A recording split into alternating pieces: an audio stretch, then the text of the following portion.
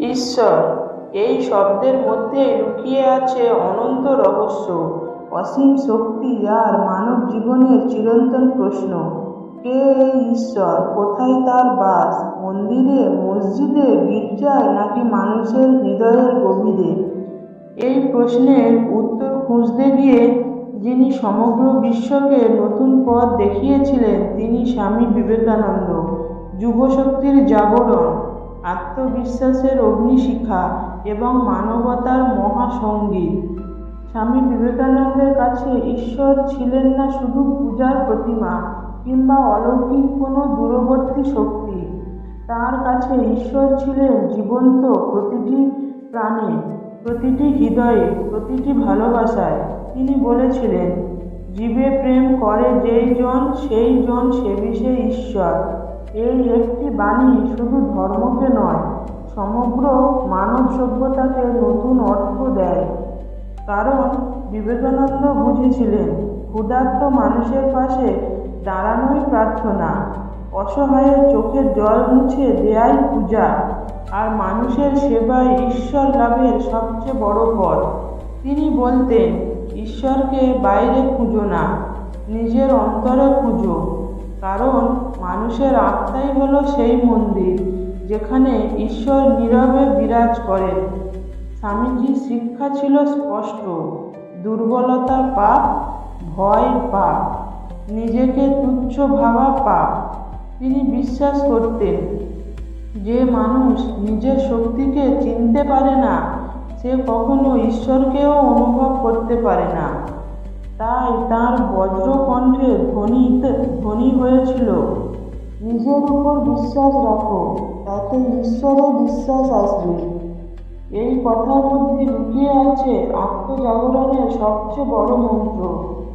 কারণ বিবেকানন্দের ঈশ্বর মানে শক্তি, ঈশ্বর মানে সাহস, ঈশ্বর মানে নিজের ভেতরের অসীম সম্ভাবনাকে জাগিয়ে তোলা।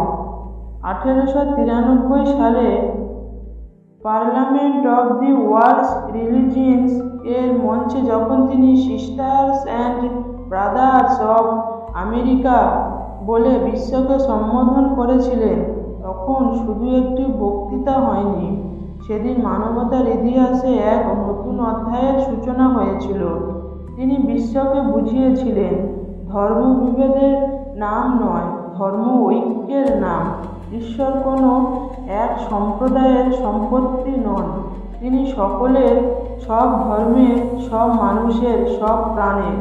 বিবেকানন্দ বলেছিলেন, যত মত তত পথ, অর্থাৎ পথ ভিন্ন হতে পারে, ভাষা আলাদা হতে পারে, উপাসনার ধরন বদলাতে পারে, কিন্তু সত্য এক, আর সেই সত্যের ঈশ্বর। আজকের পৃথিবীতে যেখানে ধর্মের নামে সংঘাত, বিভেদ আর ঘৃণা জন্ম নেয়, সেখানে স্বামী বিবেকানন্দের বাণী বজ্রের মতো শোনায়, মানুষকে ভালোবাসো, কারণ মানুষই ঈশ্বরের শ্রেষ্ঠ মন্দির। তিনি আমাদের শিখিয়েছেন, যদি তুমি ঈশ্বরকে দেখতে চাও তবে গরিবের মুখে হাসি ফোটাও, যদি ঈশ্বরকে অনুভব করতে চাও তবে দুর্বলকে শক্তি দাও, যদি ঈশ্বরকে পেতে চাও তবে নিজের অহংকার ভেঙে মানবতার সেবায় নিজেকে উৎসর্গ করো। বিবেকানন্দের কাছে ধর্ম মানে কুসংস্কার নয়, ধর্ম মানে জাগরণ। ধর্ম মানে শুধু মাথা নত করা নয়, ধর্ম মানে মাথা উঁচু করে সত্যের পথে দাঁড়ানো। তিনি বলেছিলেন, প্রত্যেক আত্মাই সম্ভাব্যভাবে ঐশ্বরিক, অর্থাৎ প্রতিটি মানুষের মধ্যেই আছে ঈশ্বরীয় শক্তি। সেই শক্তিকে প্রকাশ করাই জীবনের প্রকৃত উদ্দেশ্য। স্বামী বিবেকানন্দ তাই শুধু একজন সন্ন্যাসী নন, তিনি এক চেতনা, এক বিপ্লব, এক জাগরণের ডাক। তিনি শিখিয়েছেন, ঈশ্বরকে পাওয়া মানে নিজেকে আবিষ্কার করা, নিজের ভেতরের আলোকে জাগানো, নিজের জীবনকে মানব কল্যাণে উৎসর্গ করা। আজও তার কণ্ঠে যেন ধ্বনিত হয়, ওঠো, জাগো, এবং লক্ষ্য না পাওয়া পর্যন্ত থেমো না। কারণ ঈশ্বর কোনো দূরের আকাশে নন, তিনি তোমার সাহসে, তোমার সত্যে, তোমার কর্মে, তোমার প্রেমে। যেদিন মানুষ নিজের মধ্যে থাকা শক্তিকে চিনবে, সেদিন মানুষ অন্যের সেবায় ঈশ্বরকে খুঁজবে। সেই দিনই সত্যিকারের ধর্ম প্রতিষ্ঠিত হবে।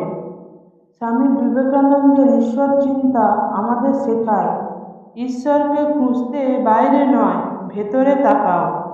মানুষকে ভালোবাসো, নিজেকে জাগাও, কারণ মানবতার মধ্যেই ঈশ্বরের সর্বশ্রেষ্ঠ প্রকাশ। এই কারণেই স্বামী বিবেকানন্দ আজ শুধু ইতিহাস নন, তিনি অনন্ত প্রেরণা, অনন্ত শক্তি আর মানবতার হৃদয়ে জ্বলে থাকা ঈশ্বর চেতনার চিরন্তন অগ্নিশিখা। আজকের বিবেকানন্দের ঈশ্বর সম্পর্কিত ভিডিওটা ভালো লাগলে যে যেখান থেকে দেখছো একটা করে কমেন্ট, লাইক, শেয়ার ও চ্যানেলটি সাবস্ক্রাইব করে আমাদের পাশে থাকুন।